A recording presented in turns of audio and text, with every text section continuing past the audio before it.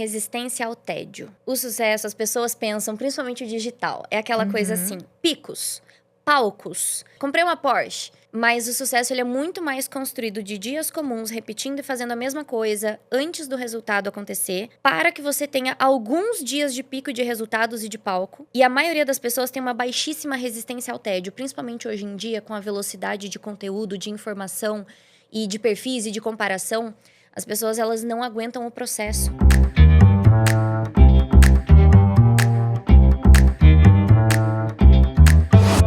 Bonjour, madame! Seja muito bem-vinda a mais um episódio do Ponta Solta Podcast, o primeiro e único a falar sobre negócios para mulheres. Aqui o nosso grande propósito é abrir a verdade nua e crua por trás dos maiores negócios digitais liderados por mulheres. Muitas vezes você, como empreendedora, fica acompanhando nos stories, acompanhando aquela vida perfeita, acompanhando aquela rotina, aquela empresa que só cresce e acaba se comparando e não imagina todas as renúncias que existem por trás, não imagina todos os perrengues, o bastidor. Então aqui nós viemos justamente para abrir com você quais são essas pontas soltas e a verdade nua e crua por trás do empreendedorismo. Eu me chamo Maia Santos, sou host aqui do podcast e fundadora da maior comunidade feminina de posicionamento do Brasil e da Europa, que é a Comunidade Wonder, onde as 1% mais bem pagas estão, onde as mulheres que vivem conforme as próprias ambições se reúnem. E se você quiser conhecer mais a respeito da comunidade, você pode através do link que vai estar na descrição desse episódio. Inclusive, se você estiver nos assistindo pelo YouTube, não esqueça de se inscrever no canal, de compartilhar com outra amiga que talvez precise ouvir os insights que nós vamos compartilhar aqui e de deixar o seu like. Agora, se você estiver nos ouvindo pelo Spotify, não esqueça de avaliar o podcast, porque quanto mais você avaliar, mais nós vamos subindo no ranking e quem sabe a gente alcança o tão sonhado top 10 de podcasts de negócios do Brasil. Para isso, nós contamos com você. E nós temos aqui no Spotify episódios novos toda semana. Então, no YouTube é um episódio por semana, enquanto aqui no Spotify são mais episódios, onde eu falo sobre outros assuntos, também não apenas ligado a negócios. Então, são episódios curtos para te gerar um insight em 10 minutos que podem mudar o seu dia e mudar os seus resultados também. Avisos dados. Preparem-se para mais um episódio com muitos insights, com muitas ideias, com muito conteúdo. Afinal, a nossa convidada de hoje, ela é especialista em posicionamento autobiográfico e construção de marcas pessoais. Com mais de 5 anos de experiência no mercado, ela ajuda pessoas a construírem uma identidade única e autêntica. Já mentorou mais de 10 mil alunas e hoje trabalha com mais 60 mentoradas ativas. Acredita que o posicionamento é algo profundamente pessoal, refletindo quem você é e o que você representa no mundo. Hoje ela vai compartilhar como você vai criar uma identidade própria e a importância de perceber o valor no seu conteúdo. Então recebam com muito prazer a nossa convidada de hoje, Ana Vardaniga. Gente, é um nome tão chique que antes da gente começar o episódio eu ainda falei, Ana, como é que pronuncia? Porque é um nome tão chique, tão refinado. Vardaniga. Eu tô mais acostumada a errar, hein?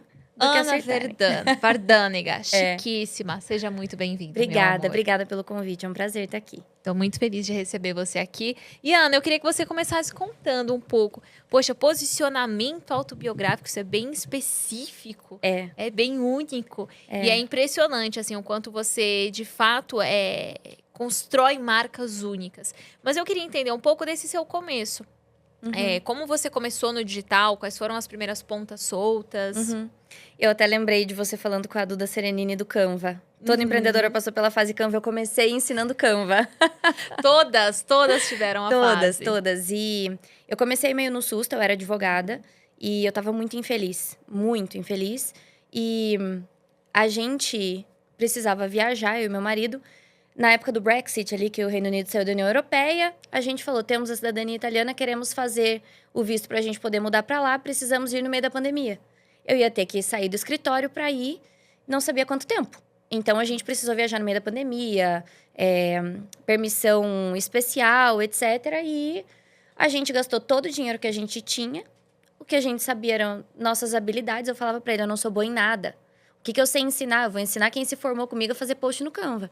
Então, eu comecei assim, no susto, mas foi... Isso 2020. Isso 2020, finalzinho de 2020. A gente ficou preso lá, quase não voltamos pro Brasil. A gente pegou o penúltimo voo que pousou no Brasil, porque saiu a variante indiana enquanto a gente estava lá. Eu ligava pra embaixada, foi um caos. Chegou num ponto que eu falei, eu vou ter que procurar um emprego aqui. Porque acabou nosso dinheiro, a gente não tinha o que fazer. Aí eu lembro certinho, a gente tinha R$ 904 na conta. Eu tinha passado no cartão um curso de 997. Isso de vocês marketing estavam digital. onde? Em Londres. Em Londres. Em Londres. Porque a gente foi fazer o visto, ele tem o passaporte, né? E eu, como dependente dele, fui junto. Só que o dele, 2 dias, saiu no aplicativo. O meu levou 19 dias para conseguir agendar, porque era uma biometria, era uma complicação. E eu tava tendo crises de pânico, assim, no trabalho. E ele falou, você não vai voltar. Você não vai voltar, a gente segura as pontas. E quando a gente conseguiu voltar, não tava conseguindo voo, etc. Quando a gente conseguiu, saiu a proibição de voos vindos de lá para chegar no Brasil. E aí, a gente lá, eu falei, cara, eu vou ter que falar com as meninas aqui. A gente tava alugando um quarto numa casa. Falei, vou ter que falar com as meninas para elas me arrumarem um emprego. Porque eu não sei o que fazer. E a gente, naquela quarentena, eu comecei a postar. Falei, gente, tô definindo aqui minha identidade visual. Vocês querem uma ajuda? Porque eu já ajudava ele nos bastidores do perfil, né? Porque ele trabalhava com isso. E aí, comecei a fazer isso. Em 2 meses, eu tinha criado os 2 primeiros produtos. Gravei, editei sozinha. Fiz um curso de mais de 140 aulas. Eu lembro que eu pegava um fone, e colocava um grampo de cabelo na roupa, assim, porque era o microfone que tinha. O começo é maravilhoso, Nossa, a gente dá um jeito. A gente dá um jeito. Hoje em dia, vai gravar um negócio, tem que toda. Ai, o microfonezinho, aquele pretinho aqui, caríssimo, senão não vou nem fazer. Exatamente. Então, foi meio no susto, assim. Só que daí, eu tinha comprado esse curso, e aí... Teve um desafio dentro desse curso. Falei, por que não? Participei desse desafio, ganhei, em primeiro lugar, ganhei um iPhone, consegui trocar meu celular. Aí fui convidada para dar aula de Canva nesse curso. E ela tinha mais de 25 mil alunas na época. Então, eu comecei a expandir minha base assim. Eu sempre trouxe para mim, seja a melhor aluna dos seus professores. Uau. Então, é para dar depoimento, dá depoimento. É para gravar vídeo, grava vídeo. Vai fazer desafio, participa de desafio. Esteja em todas as lives, esteja em todos os pontos de contato, seja lembrada por eles. E eu fui fazendo isso. Então, meus professores começaram a me chamar para dar aula, me chamar para live, me chamar para isso. E eu consegui pulverizar um pouco mais o meu nome a partir disso. Uau, caramba. E foi assim. esse começo, assim, que você teve. E o Foi. que você diria que foi já um erro que você cometeu de cara, no começo? Uma ponta solta grande? Não só no começo, que eu cometi por um tempo, que eu acho que muita gente comete, pela comparação, é querer ter muito produto. A questão da esteira de produtos que a gente Sim. sai fazendo sem entender os porquês. Então, não, tem que ter um produto de perpétuo para isso, tem que ter um produto para aquilo, tem que ter... Será que tem que ter? Será que nesse momento? Será que você não tem que construir melhor o nome desse seu produto? Antes de sair expandindo, tirando foco, confundindo a sua audiência com um monte de produto? Então, E ter clareza também do público do que ele realmente precisa. Tem muita Exato. gente que olha mais para a oferta do que o produto, e aí vai empilhando oferta, empilhando produto, sim, e muitas vezes não está conseguindo vender, não está conseguindo ter resultado, ter escala, e não é porque a oferta é ruim, mas é porque você tem tanta oferta, e você está vendendo o tempo inteiro e produtos diferentes que confunde a audiência. E sendo que o melhor que você pode fazer é focar no cliente, o que ele realmente precisa, essencialismo. sim. Retirar o excesso e focar na única coisa que o seu cliente realmente precisa, que tem muito a ver com posicionamento. Sim. E eu até queria te trazer essa pergunta. O que seria esse posicionamento autobiográfico que você fala muito? Eu trago posicionamento... Eita. Eu trago posicionamento autobiográfico porque conhecimento técnico... Todo mundo consegue o mesmo conhecimento técnico que a gente. Então, compra alguns livros, vai lá, assiste, vê muitos cursos, faz uma faculdade, faz uma pós, conhecimento técnico, ChatGPT, inteligência artificial, tá na mesa. Só que as pessoas, elas não têm 20 e poucos anos de vida para aprender tudo que você aprendeu. Elas não têm caixa, às vezes, para cometer um erro que te custou centenas de milhares de reais. Elas não têm tempo, elas não querem investir tempo. Eu sempre falo que a gente tem 2 moedas na vida, tempo e dinheiro. Quando ela compra seu produto, ela está comprando tempo. Porque ela não quer só o conhecimento técnico, ela quer aquilo aplicável para ela. Ela quer a sua experiência, ela quer a sua visão de mundo, ela quer a forma como você constrói um raciocínio pensando por ela. Então, o autobiográfico é trazer toda a sua bagagem. Porque tem muita gente que, pela comparação, você falou no começo da comparação, pela comparação vê que a Maia criou um produto assim, então eu tenho que ter uma comunidade. A Ana criou um produto assim, então eu tenho que me vestir daquele jeito. Eu tenho que... E o autobiográfico é honra o seu, porque tem gente comprando do seu concorrente que não gostaria de estar comprando desse concorrente, mas compra porque não tem alguém com quem se identifica mais e tem que comprar dele, porque você tá lá sendo um holograma do seu concorrente sem honrar a sua jornada. Então, o autobiográfico é trazer você pra frente, ao invés de você ser um holograma, um Frankenstein de retalhos de concorrentes. E por onde ela pode começar esse movimento? Principalmente na sua jornada, na sua história, na sua experiência. Porque tem muita gente que, por exemplo, não se identifica com a minha história e se identifica com a sua. Não vai se identificar com a minha forma de falar e vai se identificar com a sua. E vice-versa. Então, quando você honra, tem gente que fala, eu não tenho história triste pra contar. Mas tem muita gente que também não tem história triste na vida e que tá um pouco cansada dessa jornada do herói e de história triste.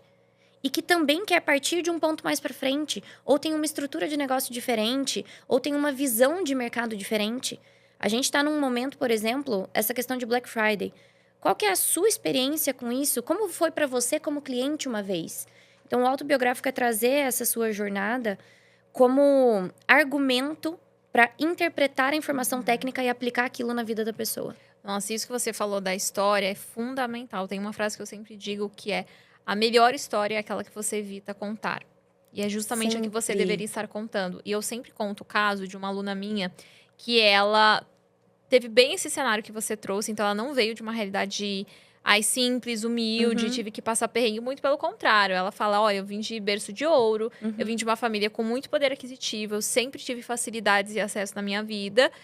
E eu não tive essa dificuldade financeira. E aí ela falou justamente isso. Ela falou, Maia, como que eu vou me conectar com a audiência se eu não tenho uma história triste? Eu falei, a sua história pode não ser triste, mas isso não anula as dificuldades que você passou, que não foram quantitativas, mas foram qualitativas. Sim. Esse dinheiro que você teve, ele era seu dinheiro? Aí ela falava, não, assim, eu vim de uma família rica, então como o meu pai tinha dinheiro, era basicamente eu ir pedir. Só que esse pedir dinheiro me fazia sentir presa, me fazia sentir até meio inútil, assim, porque aquela riqueza, ela não era minha riqueza. Então, eu me cobrava muito de fazer aquele dinheiro valer a pena, porque não era meu dinheiro, era do meu pai. E eu queria ter a liberdade de ter o meu dinheiro. Eu queria sair para comprar um sorvete e não ter que pedir aquele dinheiro. Eu queria ter o meu dinheiro. E quantas pessoas vivem isso? Foi justamente o que eu falei para ela. Eu falei, tá, e por que você nunca falou isso que você tá me falando? Aqui, nessa reunião, por que você nunca falou no conteúdo? Ela falou, eu acho que as pessoas não vão se conectar. Eu falei, só faz o teste. Só posta, exatamente como você acabou de me contar. Só posta. Ana, ela postou. Adivinha? Estourou, certeza. Estourou. Maior, assim, número de visualizações, engajamento, respostas, audiência. Nossa, você contou a minha história de vida. É exatamente o que você tá falando. Eu passo e eu nunca tinha ouvido outra pessoa falando sobre isso que me representasse. Agora você tá me representando. Ou seja, a melhor história é sempre aquela que a gente evita contar. Sim, é exatamente isso. Tem gente que... Eu tive uma aluna uma vez que falou, eu me formei coisa de 10, 15 anos depois do que a média das pessoas no meu mercado costuma se formar. E eu acho que isso é uma fraqueza. Eu falei... Você já tá na frente de gente que se formou faz 10 anos, então usa isso a seu favor. Como que você cresceu tão rápido? É honrar mesmo. A gente é muito acostumado, síndrome do vira-lata. O brasileiro tem muita síndrome do vira-lata. Então, do outro é sempre melhor, o outro sempre sabe mais, o outro é mais bonito, o outro... Experimenta honrar. Experimenta honrar a sua história, de onde você veio, aquilo que te aconteceu. E enxergar utilidade nisso para outras pessoas. Tem muita gente esperando você abrir a boca e falar a sua verdade. Mas enquanto você está sendo uma projeção do outro, é aí que você perde força. Não, e eu acredito que é muito uma questão do ego também, da gente, eu já tenho alguém melhor. E aí? Você vai deixar de fazer porque você não é o melhor, o maior? É até uma certa arrogância da nossa parte. Você tem que ser muito humilde em reconhecer o seguinte: sempre vai ter alguém mais bonito. sempre vai ter alguém mais rico. Sempre Sim. vai ter alguém mais legal, mais divertido, Sim. mais inteligente, com mais Sempre. repertório, com mais vivência. Sempre vai ter alguém mais. E aí? Isso não te diminui.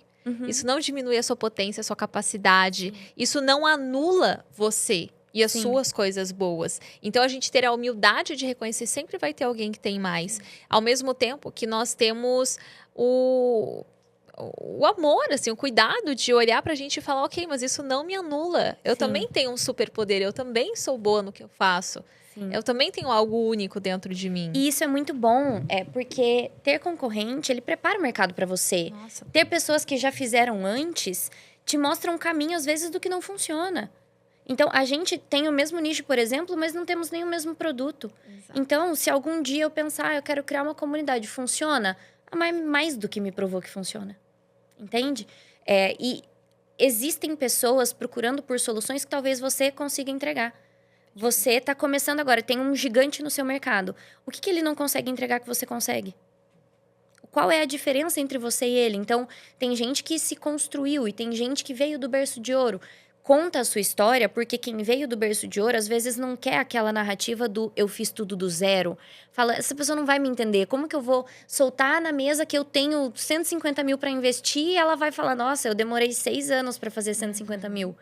Então, encontrar esse seu espaço é uma das coisas mais importantes e mais genuínas que você pode fazer por você mesmo pelo seu sucesso. Porque sustentar um personagem, uma coisa projetada, tem cara, tem assinatura, dá pra ver. Dá pra ver, minha avó usava uma frase. Vai eu soltar as frases da minha avó, Adoro, né? Eu adoro. sempre solto. As avós, as mães, elas estão sempre presentes nesse podcast. Minha avó tinha uns ditados meio assim, mas ela falava, parece que você tá com a roupa do defunto. Porque dá pra Nossa. ver que a roupa não é sua. Ela falou, sabe, quando a família só tem um terno, aí vai lá, precisa fazer o velório com um terno, o outro vai lá e usa. Dá pra ver que aquele paletó tá gigante. Então, dá pra ver que não é você ali dentro. A audiência sente, né? Sente Fareja cheiro. a mentira. É igual cachorro que sente cheiro de quem tá com medo. A audiência sente que você não tá sustentando, que você tá performando. Essa coisa que falam muito do... o blazer, o batom vermelho. Gente, não vamos demonizar o blazer, ele é muito bom. Ele é maravilhoso. Sempre funcionou, gente. Sempre tá funcionou. Tudo certo, beijo com Mas mundo. tem gente que não sustenta estrutura. Nossa, fica e aí feio, fica né? feio. Uma vez eu entrei no Fica perfil de uma brega. menina, era batom vermelho, blazer. Tinha um tabuleiro de xadrez no feed dela.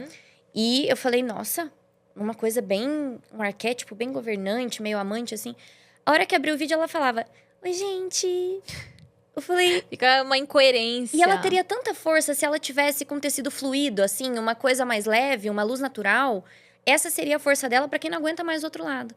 Perfeito. Então, isso me marcou muito. E aí surge essa necessidade de construirmos marcas pessoais cada vez mais autênticas. E Sim. você, com esses 5 anos de experiência, poxa, mais de 10 mil alunas, o que você acredita que seja o principal desafio na construção dessa marca pessoal autêntica? Além da comparação que a gente já mencionou. Resistência ao tédio. Nossa. O sucesso, as pessoas pensam, principalmente o digital, é aquela coisa assim, picos, palcos. Comprei uma Porsche, viu o seu vídeo, né? Eu comecei a empreender pra comprar uma Porsche. Comprei uma Porsche. Mas o sucesso ele é muito mais construído de dias comuns, repetindo e fazendo a mesma coisa antes do resultado acontecer, para que você tenha alguns dias de pico de resultados e de palco. E a maioria das pessoas tem uma baixíssima resistência ao tédio, principalmente hoje em dia, com a velocidade de conteúdo, de informação e de perfis e de comparação. As pessoas, elas não aguentam o processo. Então, gente, eu vou qualquer anotar coisa porque isso me deu seduz. uma ideia de conteúdo aqui, que eu não posso perder essa ideia. Que isso? Eu amei essa frase. A velocidade seduz. Então, ela vai lá, ela começa a fazer uma coisa. Aí ela vê a Maia fazendo uma outra coisa, uma outra estrutura de produto. E ela fala, eureka, eu preciso fazer um produto igual ao da Maia. Aí ela abandona 1 ano e meio de produto, que ela estava começando a construir o nome daquele produto, porque ela viu o produto da Maia e fala, é isso aqui. E às vezes a pessoa tá fazendo isso 1 semana antes de ser convidada para um podcast. Entende? Então, essa resistência ao tédio, eu acho que o digital estragou muito a cabeça das pessoas nesse sentido. As pessoas estão querendo construir tudo de uma semana para outra. Ganha quem aguenta o tédio. Perfeito. E é como você mencionou, a Leila ama falar isso, ser milionário é chato.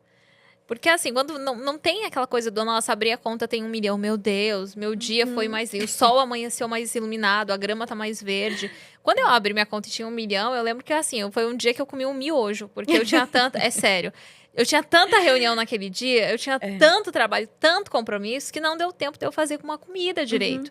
Aí eu abri o meu armário, olhei o que tinha. Tinha um miojo, eu falei, tá bom, então vai ser isso. É isso. E as pessoas não imaginam que é uma construção diária, que às vezes não dá nem tempo da gente desfrutar das conquistas que a gente tá tendo ali. Exatamente. E aí você às vezes tem que se forçar, não sei você, mas eu às vezes tenho que me forçar, colocar na agenda, assim, lembrar de comemorar, de desfrutar aquilo que eu construí, porque a gente tá tão ali no processo e construindo, e construindo, e construindo, e vivendo aquilo, e é perrengue, e mata 3 leões, tanto que eu falo, eu acordo cedo. Aí chega 8 da manhã, que é o horário que começa a daily, eu acordo 4h30. Das 4h30 às 8 eu já matei 3 leões. Eu já matei 3 leões, já assim, resolvi tanto B.O. que as pessoas nem fazem ideia. Sim. E aí, claro, depois sim. Aí eu fecho amanhã, daí depois que eu matei 3 leões, eu vou fazer meu treino, vou pra um pilates. Só que as pessoas assistem o privilégio, elas não assistem a renúncia por trás dele. Não, eu lembro a primeira vez que eu recebi uma placa de 1 milhão, eu tava vivendo uma crise, assim, BO pra resolver. Sabe quando empilha? E daí veio um monte de demanda. Nossa, parece que abriu a porta, assim. E eu olhei e falei, cara, eu não consigo nem posar pra essa foto direito, sabe? E as pessoas, nossa, um marco, uma conquista, tá na minha equipe feliz. E eu, gente, pera, não é bem assim. Porque a gente sabe que não é bem assim, né? Então, é uma dicotomia muito grande. A gente também vai tomando distância, vai esquecendo de comemorar, vai normalizando. Eu falei hoje no grupo das mentoradas. A gente normaliza muito fácil, muito rápido. Muito. Vira um negócio assim... Ontem eu tava dando aula na Comu, da Duda, e eu lembrei que quando eu comecei, uma amiga minha me encaminhou o perfil dela naquele lançamento do La Casa de Papel. E eu falei assim, eu ainda vou dar uma aula no produto dela. E o dia que ela me convidou, eu falei, não, beleza, nesse dia eu consigo, eu encaixo aqui, eu tenho hot seat do outro programa, tá, mas eu consigo. Você nem parou pra pensar que você sonhava com aquilo lá atrás. Aí eu desnormalizei, eu dei um passo pra trás e falei, opa, vamos lá. Daí eu mandei mensagem até pra ela, eu falei, cara, isso aqui foi um dia, um marco pra mim de conseguir, cheguei. Porque a gente normaliza muito. É muito assim, um dia depois do outro e tá resolvendo e bate a agenda e pronto, acabou. Fica tão automático que às vezes a gente esquece de reconhecer que aquilo que a gente vive hoje um dia esteve na nossa lista de coisas que a gente orava pra ter, sonhava em ter. Sim, e Deus é detalhista. Ele pega aquilo ali, né? Foi muito bacana, assim, essa percepção, você falar disso um dia depois.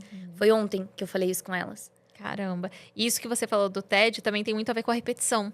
Porque construir uma marca forte é você repetir. Repetir a sua história, repetir os seus jargões, repetir as suas bandeiras, valores. Gente, isso é chato.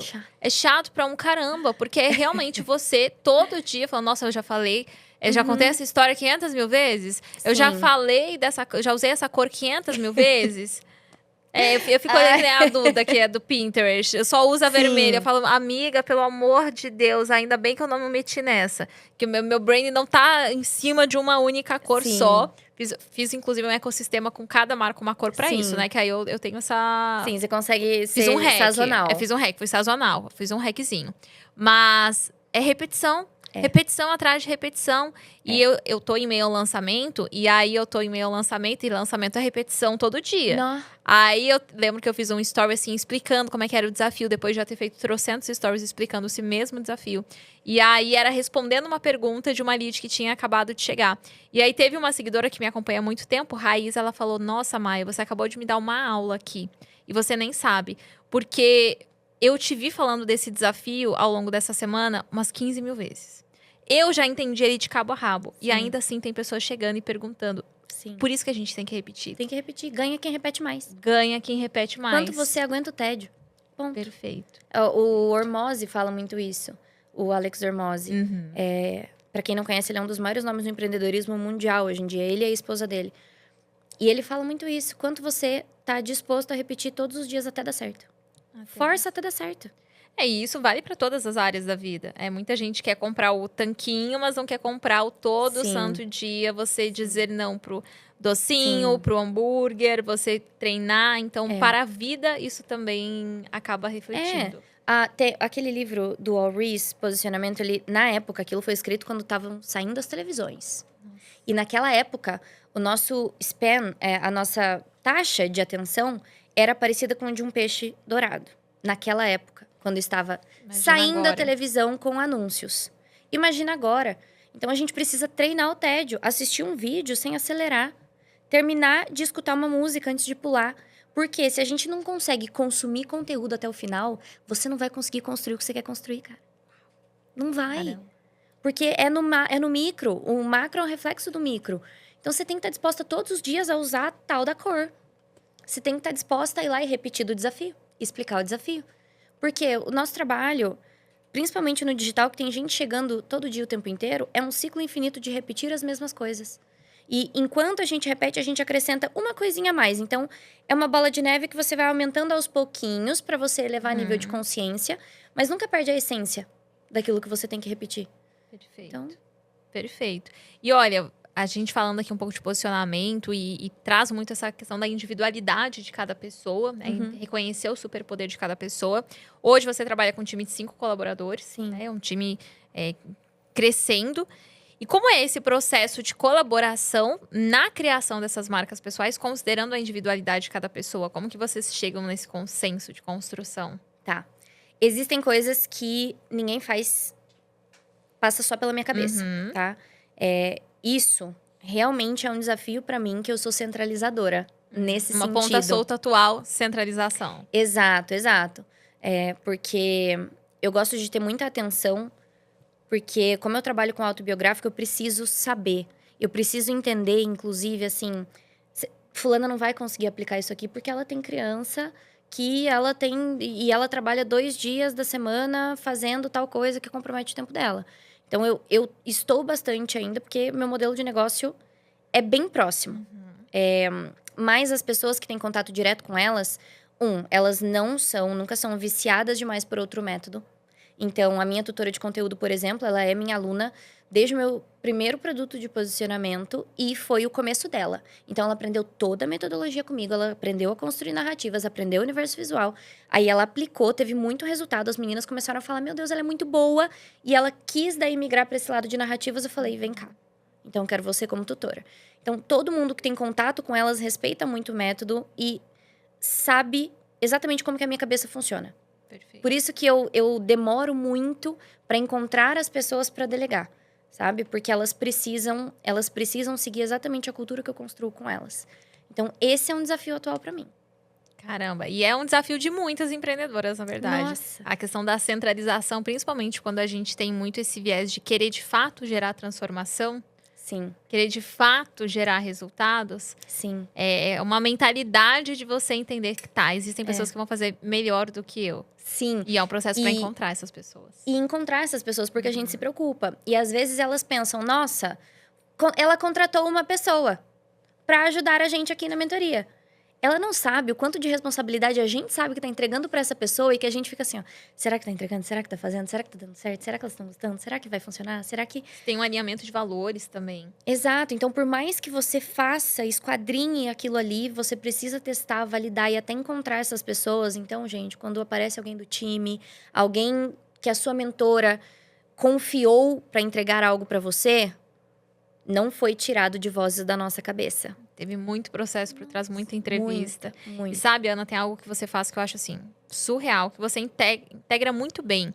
A questão da estética, da beleza, da arte, ao seu conteúdo, ao seu posicionamento. E como você acredita que essas áreas podem auxiliar a construir uma marca pessoal forte no digital? Tá. A trilha da memória, ela é construída a partir de impacto e contraste. Se eu faço um conteúdo com um visual que você está acostumado a ver, com um livro que você está acostumado a ver as pessoas indicando, eu estou competindo por um espaço de memória que muitas pessoas já estão competindo. Então, não estou falando mal do livro, mas é para vocês reconhecerem. Eu posso fazer um conteúdo falando de comece pelo porquê, ou eu posso fazer um conteúdo linkando com Frankenstein. É muito mais fácil de eu ocupar esse espaço e ainda eu estou construindo valor no meu repertório. Uau. E no meu capital cultural. Então, o autobiográfico passa por isso. Quais são as minhas referências? O que eu consumo? O que eu faço?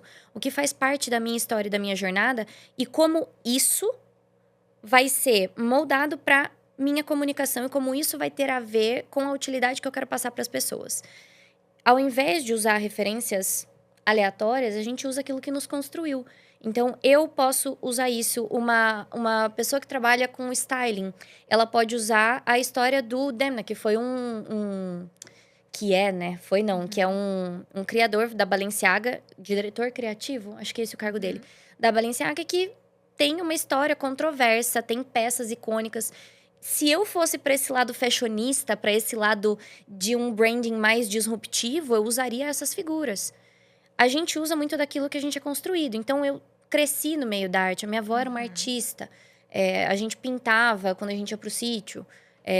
Ela fazia roupa no nosso corpo. Então, ela era sempre detalhista. Ela pintava cerâmica, pintava a óleo. E, recentemente, eu até voltei pra pintura por causa dela. O meu vô, conforme ele foi perdendo a audição, ele escutava cada vez mais música clássica para ele lembrar daquilo. E aí, quando ele terminou de perder, eu cresci com eles, né? Quando ele terminou, ele ficava cantando as músicas que ele se lembrava.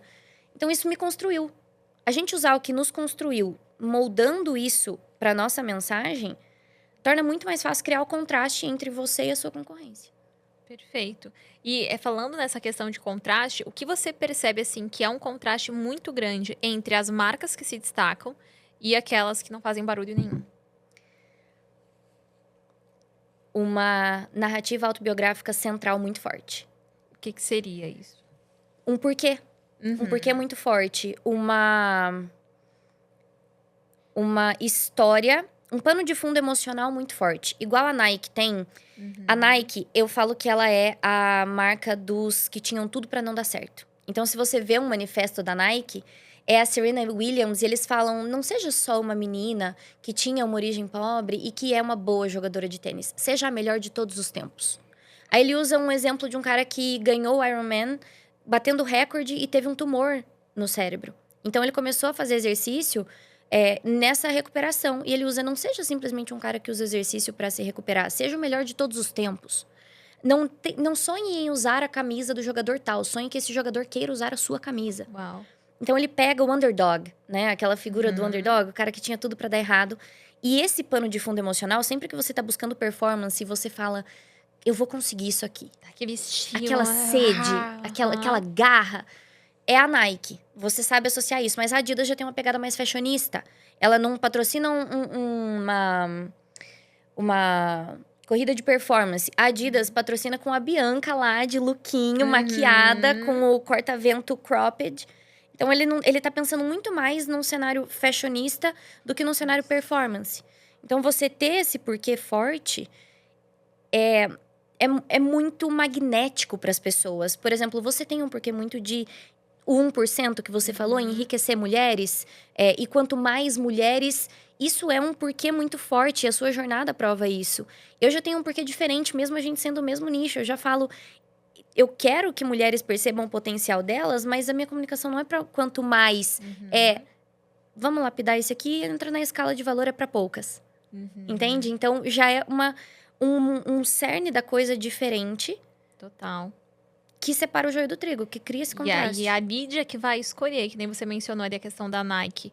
Eu, quando comecei, assim, essa pegada não, meu novo estilo de vida, que é mais saudável, mais wellness, eu nunca me identifiquei com a Nike. Assim, essa coisa da just do it, e garra, e alta performance, vamos lá. Isso não me atrai. E eu ficava, nossa, mas eu preciso achar uma marca que tem essa pegada mais wellness, mais do nicho fitness mesmo, que eu me identifique. E aí eu fui pesquisando marcas, até que eu cheguei naquela Sport & Rich. Amo. E aí, por que eu me conectei? Porque se a gente pega as campanhas da Nike, é sempre aquela coisa do atleta, suor, sangue, garra. Vamos dar a vida, assim, vamos dar até o final. Vai até o final. E aí, se a gente pega o Sport & Rich, é o quê? Aquela mulher magra, magérrima, tomando um café na rua de Nova York. E aí, ela tá, sei lá... Tem uma campanha deles que eu amo. Que eles estão no Le Maurice em Paris? comendo um hamburgão.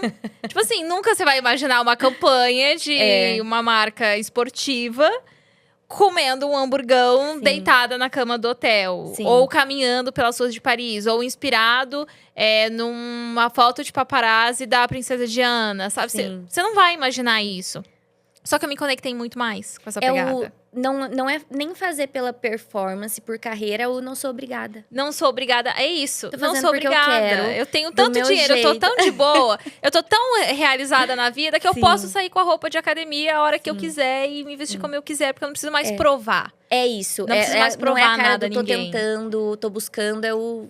Já Eu não não preciso preciso mais provar. provar, já não preciso mais provar. Sim. E eu falei, gente, é isso, essa é a minha marca esportiva. É isso que eu gostei. Então, olha que interessante, as pessoas não vão deixar de comprar da Nike, porque existe Sim, a Sport & Rich ou a Adidas.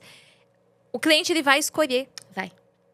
Então, E- você perde muito tempo convencendo quem não quer ser convencido. Convencendo desinteressados, ao invés de falar com pessoas que vão se conectar com você. Então, as pessoas estão preocupadas com aquela multidão de desinteressados que podem vir a chegar no perfil e estão ignorando pessoas que estão ali falando, olha, eu me identifico com você. Tem uma... Dá tempo, né, de mencionar uma marca rapidinho. É a... Smith, como que é o nome mesmo? James Smith Sons. James Smith Sons. Que é uma marca de guarda-chuva. Lá do Reino Unido. Então, guarda-chuva... Você já perdeu guarda-chuva? Muitos. Muitos. Eu já tive que deixar guarda-chuva assim, tô com guarda-chuva na porta de show, perdeu, joga no lixo. Então, guarda-chuva é uma coisa descartável pra gente. Mas eles têm uma marca de luxo. Se você vê alguém andando com James Smith Sons, você sabe que é outra categoria, que aquilo ali é quase aristocrático. Então, esses códigos, não tem concorrência pra eles. Eles vendem guarda-chuva, sombrinha. Só que eles sabem que não tem concorrência. Porque eles fazem com madeira, assim, assado, o mesmo modelo, a mesma vitrine, desde a época vitoriana. Eles vendem só pra gente que vem de família, assim, assado, que conhece o significado. Pra quem não conhece, aquilo não vai ter significado. Então, essa narrativa central do if you know, o luxo tem muito disso, né? Mas guarda-chuva, vai até no guarda-chuva. E aí você não tem concorrente. Porque não tem quem consiga bater de frente com a sua história. Mesmo que a pessoa esteja no mesmo nicho, no mesmo mercado, venda a mesma utilidade final, digamos assim, quando tem uma raiz de muito significado, não tem concorrência direta. É que utilidade por utilidade não vende. Não é sobre você vender a utilidade de algo. Porque se fosse, por exemplo, eu sempre gosto de dar o exemplo da bolsa. Se a gente pega uma bolsa pela utilidade, que é carregar coisas, qualquer bolsa serve. Uma eco bag que você compra no mercado. Eco bag, uma sacola serve, porque é só pra carregar. Sacola já foi longe demais. Mas é só pra carregar, essa é a utilidade. Então, por que as pessoas pagam 20 mil em uma Prada, 100 mil em uma Hermès? Por que as pessoas pagam isso? Porque vai muito além da utilidade. É um código. É um código. E você traz muito essa gestão de luxo dentro da sua marca, assim. Eu queria que você trouxesse um pouco de qual que é essa diferença entre vender um formato varejo para todos e seguir a lógica do luxo. Primeiro, entender que nem tudo tem que ser para todo mundo. Na hora do posicionamento, a gente sabe que você tem que renunciar a ser tudo para todo mundo. Só que as pessoas ficam, eu vou perder público. Eu vou perder venda, mas eu vou falar com essa pessoa, a outra não vai querer. Primeiro, não é para ser para todo mundo. Você não tem que estar disponível para todo mundo. Você não se esvai na sua utilidade. Você tem que vender a solução certa para a pessoa certa, porque não tem nada pior do que um cliente que não é o cliente que você quer, que compra o seu produto porque não entendeu direito, porque você não se posicionou direito, porque ele vai ser um hater dentro do seu produto.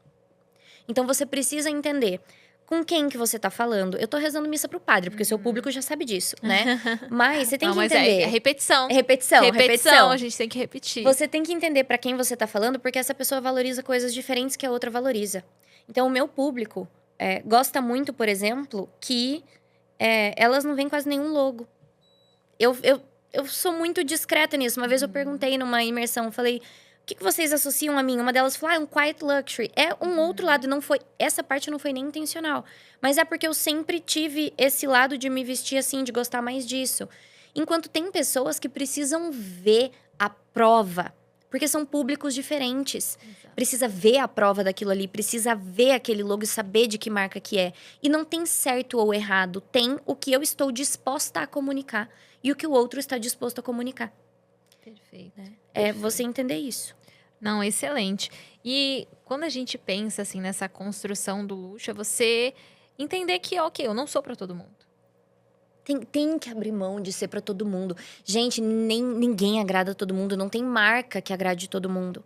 Não é pra ser pra todo mundo. Se você for pra todo mundo, você massificou tanto a sua comunicação que as pessoas dispostas a pagar mais, elas não vão te querer. Uau. Sendo que existe uma parcela da audiência que quer pagar mais para você. Sempre tem gente disposta a pagar mais por algo mais personalizado, com maior significado, que quer sair exatamente da massa. Quanto mais pessoas você agrada, mais massificada tá a sua comunicação. Pensa em artistas muito, muito, muito populares, que tem uma grande quantidade de pessoas que eles agradam. É massificada a comunicação deles, eles não podem se vincular a um lado ou outro de nada, porque eles estão sempre sendo avaliados por essas pessoas e elas estão seguindo cegamente. Só que por isso que fala massa de manobra. É o galerão. Se você quer vender pra muita gente, você vai ter que diluir a sua mensagem. Então, eu prefiro sacrificar número do que qualidade. Aí vai do jogo que você quer jogar. Perfeito. E o luxo ele é muito sobre clubismo. Essa é a palavra, assim, clubismo. Sim. Então, é um clube com códigos, com símbolos que só quem está dentro sabe. Sim. E aí, a gente entra muito também no quesito comunidade e construção desses clubismos. Então, ter códigos, por exemplo, internos. Eu sempre falo que quem quer construir comunidade, gente, vocês têm que ter códigos internos. São coisas que só quem está dentro sabe. Sim. Só quem está dentro vive. Por quê? Porque isso gera fomo em quem está de fora. Exato. Aí a pessoa que tá de fora, ela fica assim, roendo a unha, falando, meu Deus, eu tenho que saber o que é isso. O cérebro não aguenta a informação incompleta dele, fica assim, o que é isso? Do que ela tá falando? Às vezes a pessoa compra de curiosidade. Deixa eu ver do que falam tanto aqui. Uhum. E aí ela começa a levantar aquela bandeira, porque aquilo diz alguma coisa sobre ela. Seu produto tem que dizer alguma coisa sobre quem compra. Diz o quê sobre quem compra? Que é o mais barato? Ou diz que, se ela está ali dentro, ela é uma profissional assim, assim, assado? Uau. A gente sabe. A gente olha e fala, esse produto aqui, putz, tem isso aqui porque é o mais barato. A gente sabe produto do mercado. Né? Vamos pensar, você olha uma qualidade de uma cesta que você vai enviar. Daí você olha a bolachinha de uma marca barbante. Vamos pensar assim, é tão comum quanto. E a outra tem uma bolachinha da Bauducco. Você fala, pô, podia ter colocado uma bolachinha da Bauducco, pelo menos, né? Então, como que você sabe? Por esses códigos silenciosos. Você sabe que o nível de qualidade exigido é aquilo ali. Então, esses códigos, gente, prestem muita atenção nisso. Muda o jogo. Muda muito. Principalmente para quem quer cobrar tickets cada vez mais elevados, muda o jogo você entender isso aqui. E aí, Ana, indo agora pro lado mais pessoal. Vamos. Como que você concebia hoje o empreender, ter uma empresa, ser uma líder com a Ana CPF? Eu preciso muito de silêncio. Então, eu sou introvertida, tá? Na verdade, a Ju uma vez me falou Introvertida funcional. Ambivertida, assim. Então, eu performo bem, eu gosto de estar com as pessoas, eu gosto de estar... De abraçar as pessoas, de conhecer e tal. Mas eu sou aquela pessoa que, às vezes, vai no banheiro e fica assim, ó. Quietinha. Eu preciso de silêncio, de tempo pra me recarregar.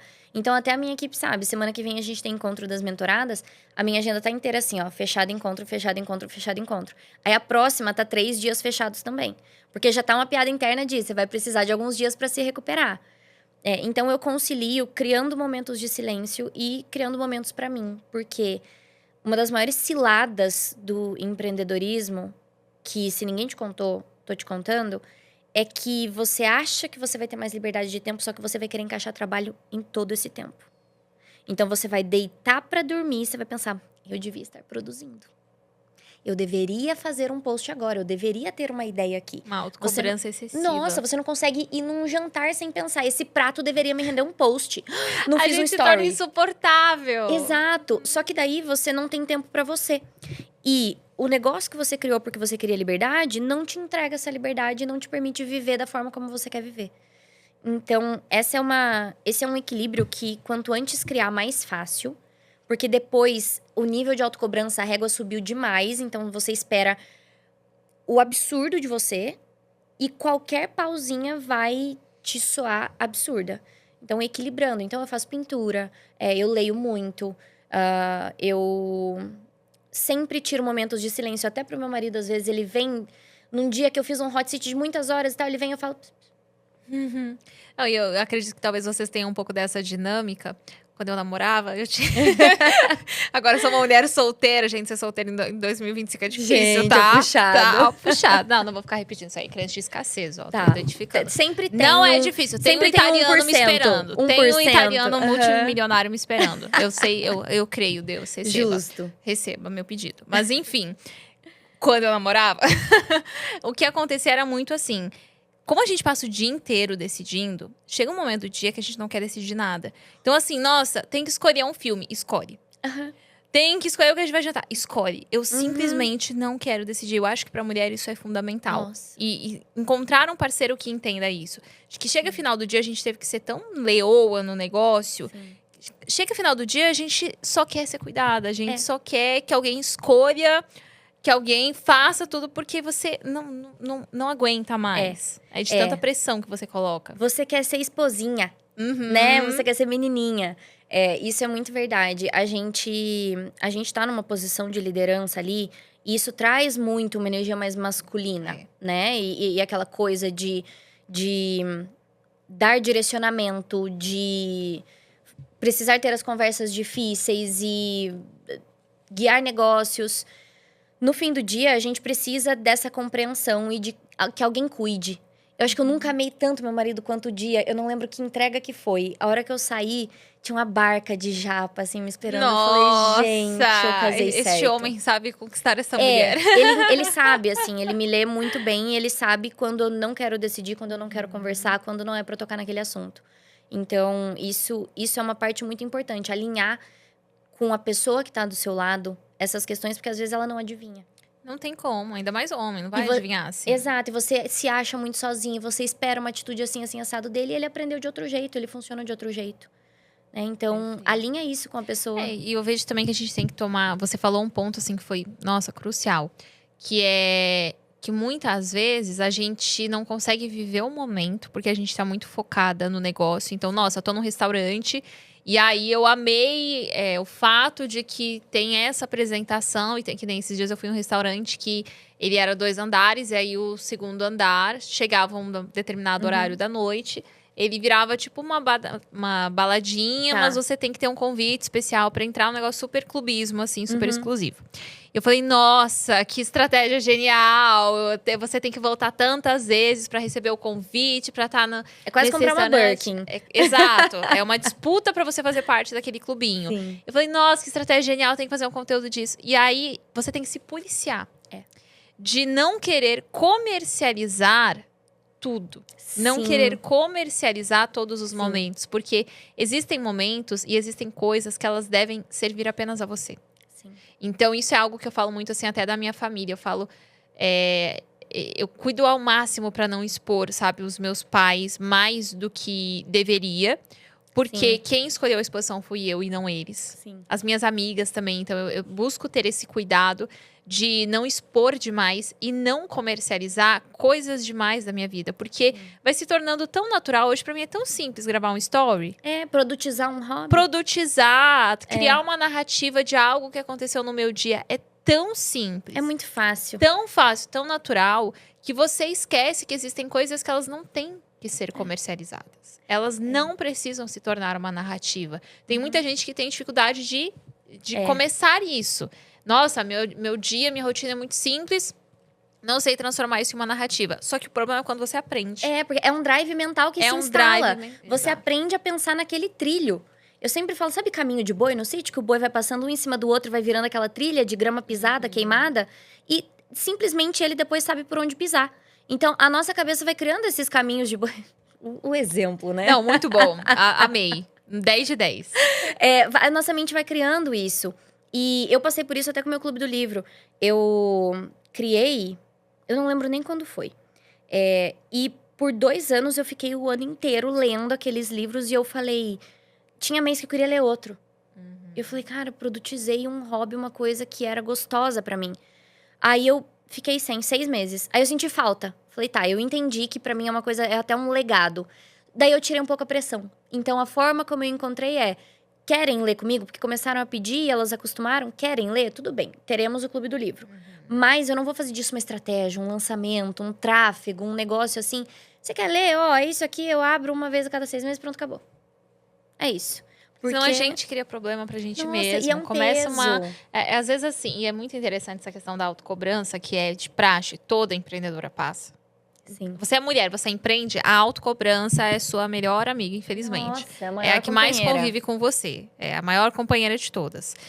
E é curioso, assim, essa questão da autocobrança, porque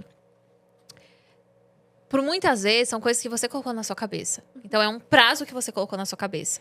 Ninguém te É falou. uma performance que você colocou na sua cabeça. É uma expectativa que você colocou na sua cabeça. Que ninguém pediu. Ninguém falou. E não tem ninguém te cobrando, a não ser você mesmo. Exato. Não tem ninguém esperando o mesmo nível de perfeição que você. E às vezes você não tá fazendo porque você tá lá. Minha querida, ainda não está bom. Mas a régua, de onde que você tirou essa régua? Você tá se comparando com quem? Não tá bom pra quem? Exato, não tá bom pra quem? E muitas vezes deixa de servir, esfria uma demanda, não faz um produto que poderia ser o seu produto, porque ainda não tá bom, mas não tá bom de acordo com quem que você tá se comparando. Egocentrismo. É. Você tá deixando ser guiada pelo ego. É a proteção pra não errar em público. Exato. Você não quer errar em público. Não é que você é perfeccionista. Você tá com medo de errar em cima de um palco. Mas, deixa eu te contar, meu amor, você nunca tá blindada, você vai errar. E às vezes o erro é a melhor coisa que pode acontecer, porque gera uma conexão. Exato. As pessoas não querem a perfeição do digital, elas não querem a perfeição, elas não querem marcas perfeitas. Se você quer ser relevante, você tem que abrir mão de ser perfeito. Porque o perfeito não conecta, o perfeito é plástico. E aí, muitas vezes, aquele errinho de você, sei lá, tô caminhando no palco, tropecei, e aí você ri daquela situação. Cara, a sua aluna, ela vai olhar pra aquilo e vai falar, meu Deus, ela também ela cai. É gente. Ela é gente como a gente. É. E às vezes, tudo que o seu cliente quer, tudo que sua aluna quer, é ver, olha, ela é um ser humano. Exatamente. Essa expectativa de perfeição, ela mata sonhos. E eu falo que quem paga essa conta não é ela, são os dela. Então, eu quero algum dia pagar uma viagem pra minha mãe. Por que você não tirou o produto que pode te dar essa grana, então, do papel? Não, porque ainda não tá... Quem que tá pagando essa conta? É seu filho que não tem tempo pra ficar com você. É seu marido que você tem que ficar entregando 8 horas por dia, porque você tem medo de subir R$500. Então, tem alguém pagando essa conta. Se você não sobe o preço, você fica com dó do cliente, com dó do... mas esse cliente... Quem que tá pagando essa conta? Sempre tem alguém pagando a conta. E na maioria das vezes é ela. Com a saúde dela, com o tempo dela. Exato. Ela e os dela. Com o cabelo dela caindo. Com a unha fraca. Exato. É ela pagando a maior conta. Tá pagando. Uau. Nossa, esse foi um insight que só ele já valeu o episódio inteiro. E, Ana, alguma história, assim, muito inusitada de algo que você viveu do digital que talvez as pessoas não saibam? Eu tenho algumas. Conta. Tem uma que é média, assim, de perrengue pra elas se sentirem menos mal. Tá. Teve uma vez que eu estava num lançamento na aula 2, tá? Então pensa assim, investimos, captamos leads, desenhamos a aula. E eu fiquei doente. Na aula 2, gente, eu no meio da aula, assim, ó, agora minha voz, parou.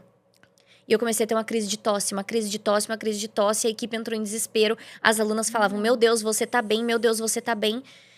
Resumo da ópera, eu tive que sair, era no StreamYard, eu tive que sair da live. Elas esperando ali ao vivo, lead saindo da live. E eu pensando, meu Deus, se eu vender pra elas vai ser de dó. Elas vão comprar de dó, que dê ROI de dó. Eu achei ótimo. Mas dê. Então, esse perrengue, gente, eu já passei ao vivo e spray na garganta e bora conseguir entregar a aula. Mas assim, aquilo me deixou 15 dias doente depois, porque eu precisei forçar. Já precisei chorar, assim, segurando o cabelo e a cabeça pra baixo pra não borrar o rímel. Porque tava acontecendo, explodiu um negócio na vida ali, em volta, ficou sabendo de uma notícia triste. Então, essas coisas acontecem com todo mundo. Mas eu tenho uma muito emblemática que o povo fala de investir, né?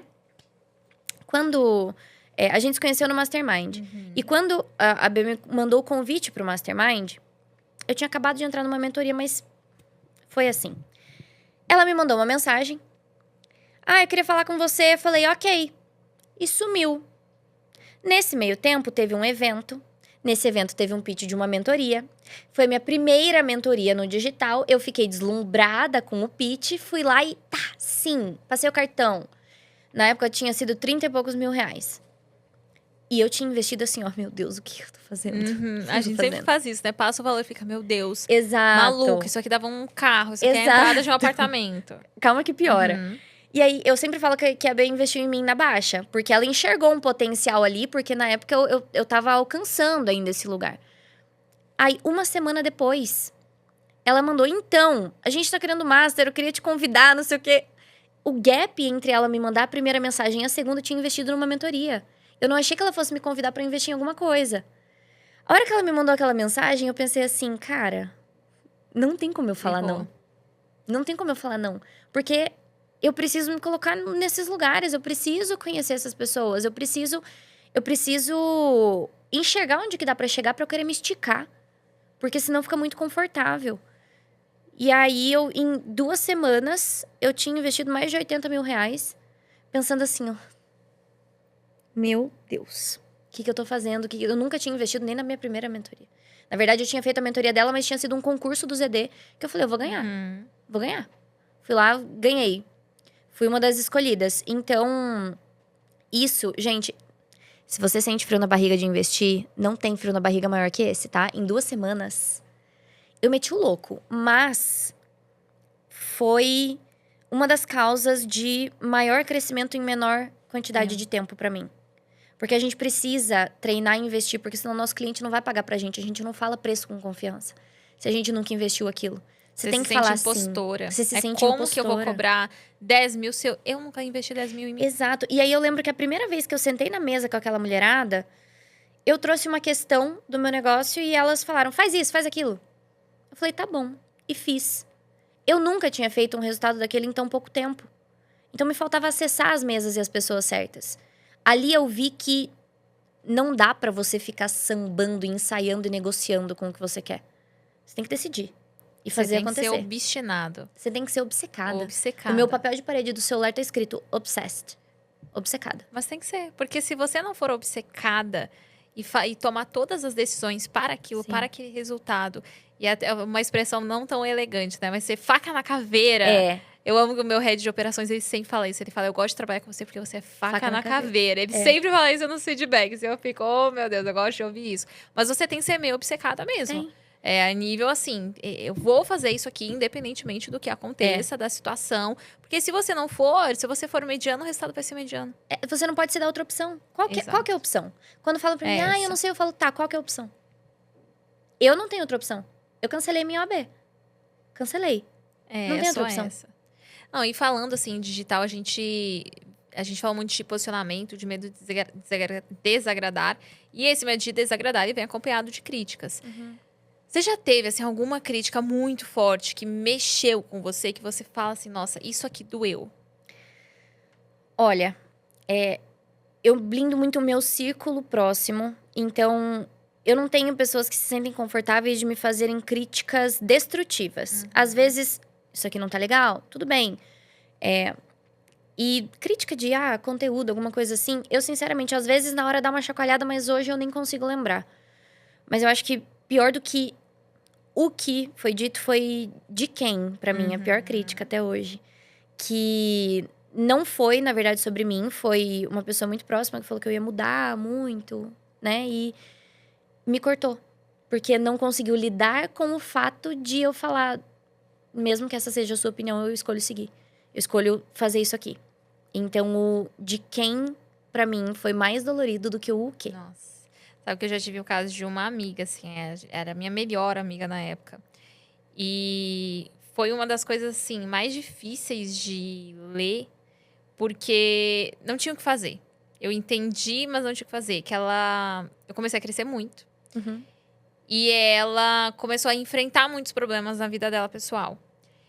E na profissional também. E o contraste? O contraste gigantesco. E aí ela virou pra mim e ela falou, amiga, eu te amo. Eu estou muito feliz por você. Mas toda vez que eu olho o seu sucesso, mostra tudo que eu não tô conseguindo alcançar, porque eu não tô fazendo por onde. Uhum. E isso tem me deixado doente. E eu vou precisar me afastar. Não por você, mas por uma questão minha, que eu preciso trabalhar em mim. Porque esse sucesso todo seu tem me incomodado. E isso é uma questão que eu tenho que trabalhar em mim. E ela, de fato, se afastou. E aí, você começa a bater em algumas paredes, porque você fala, se eu for até aqui, eu sei que ela, pelo menos, ainda me aceitaria. É isso. Esses dias eu tava E aí conversando com uma você amiga. começa a se limitar. É o próprio sucesso, o próprio crescimento por causa Sim, do outro. Sim. Eu tava conversando com uma amiga disso esses dias, eu falei, a minha sensação é que parece que se eu for até aqui, ainda teria a chance de eu recuperar. Isso, parece que se eu for... e eu percebi que isso era uma trava de algo que eu tava tentando fazer. Se eu for, eu realmente entendi que isso aqui ficou. Então, o Às vezes de até quem... com a audiência, né? Exatamente. Nossa, eu vou me distanciar muito do meu lead se eu viver isso. E aí você tem duas óticas. Você pode olhar pela lente do eu vou me distanciar, ou você pode olhar pela lente do eu vou mostrar que é possível pra essa pessoa. Exato. E tem gente que vai se ofender. Teve gente que, com algumas mudanças minhas, eu parei de prestar do dia pra noite. Então, assim, não me serve mais, você tá arrogante, você mudou muito. Simplesmente por construir uma autoconfiança. Por ter mais confiança na minha mensagem.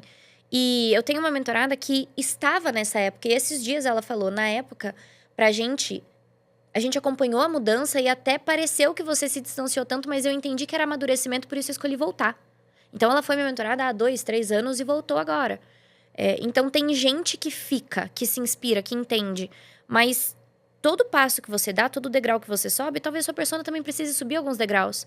Então, a gente tem que desapegar, porque tem gente que não vai aguentar. Exato. E enquanto tem as pessoas que vão se inspirar, e é nelas que a gente tem que focar. Exato. De mostrar que é possível. Não é eu estou me distanciando aqui de você porque eu sou bambambam, porque eu sou... Não. Eu estou te mostrando... Olha o quão longe a gente pode chegar. Pelinho do meu negócio. Olha o quão longe a gente pode alcançar. Exato. Isso é muito honroso. Então, quando você vê por essa lente de que o meu crescimento, ele pode abrir uma nova perspectiva para aquela pessoa. Sim. É honroso isso, é digno isso. É Exato. inspirador isso. Quando a gente começa a ver por essa ótica, você se dá a permissão de crescer. Exatamente. Isso que você falou é muito forte, se dar permissão. Porque sempre que você tá travando algum passo que você sabe que vai te fazer crescer, você tá apegada a uma versão sua, a alguém te aprovar, ao que a sua audiência aguenta. Então, você não quer desagradar aquele grupo de pessoas pra viver uma coisa que você merece, que você fez por onde? Será que essas pessoas também vão se desagradar? Porque o cenário na cabeça é sempre pior. Então, são diálogos, histórias que você se conta. A gente tem que tomar muito cuidado. Mentirinhas, essas historinhas, o vilãozinho da Disney, assim, soprando no ouvido. Tem que tomar muito cuidado. Perfeito. Uau. E aí, agora, pra gente fechar com chave de ouro. Uma verdade nua e crua. Do digital. Se você tá tentando entrar para jogo de sprint com um olhar viciado de como era ali 2020 a 2022, não entra. Porque agora é um mercado muito mais maduro. Você tem que entrar para jogo de longo prazo. Foi o tempo do vou fazer meu primeiro lançamento, vou bater 7 dígitos. Hoje em dia é um jogo de longo prazo. Então, entra já, mas entra para construir uma coisa sólida. Menos desespero, menos um ideal de ostentação que você via das pessoas fazerem, te vendendo uma ideia absurda, e mais construção do seu nome. Porque quem não tá no digital vai ficar para trás, e mais para frente vai ser querer abrir um banco para competir com o Nubank.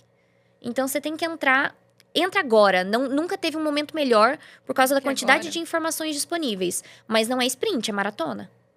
Uau. Daqui pra frente é maratona. Uau. E posso dar mais um conselho? Pode, meu amor. Você pode tudo aqui dentro. Difícil é pegar busão.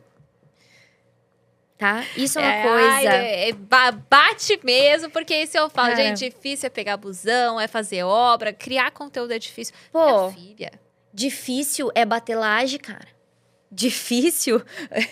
Mas difícil é você ir pra um trabalho que você odeia. Por causa de R$2.000. Tá na cama dela, no conforto, Aqui, ó. no travesseiro de pelúcia dela. Exato. Tá no conteúdo. Ai, meu Deus, meu engajamento tá Exato. baixo, que vida difícil. Ah, me erra, minha filha. Você não pegou busão. A pessoa que fala não pegou busão.